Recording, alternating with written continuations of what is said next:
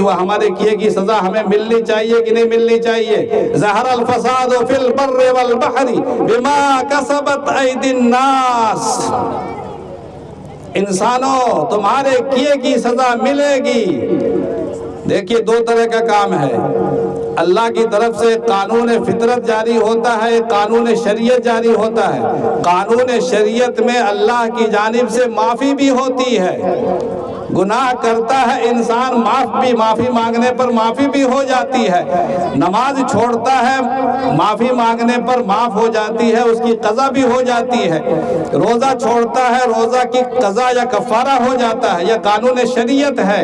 لیکن قانون فطرت کے خلاف جو لوگ گناہ کرتے ہیں وہ صدیوں تک معاف نہیں ہوتا۔ تو اللہ فرماتا ہے کہ فطرت تو یہ تھی کہ تمہارے پاس کتاب ہے، تم پڑھنا سیکھو،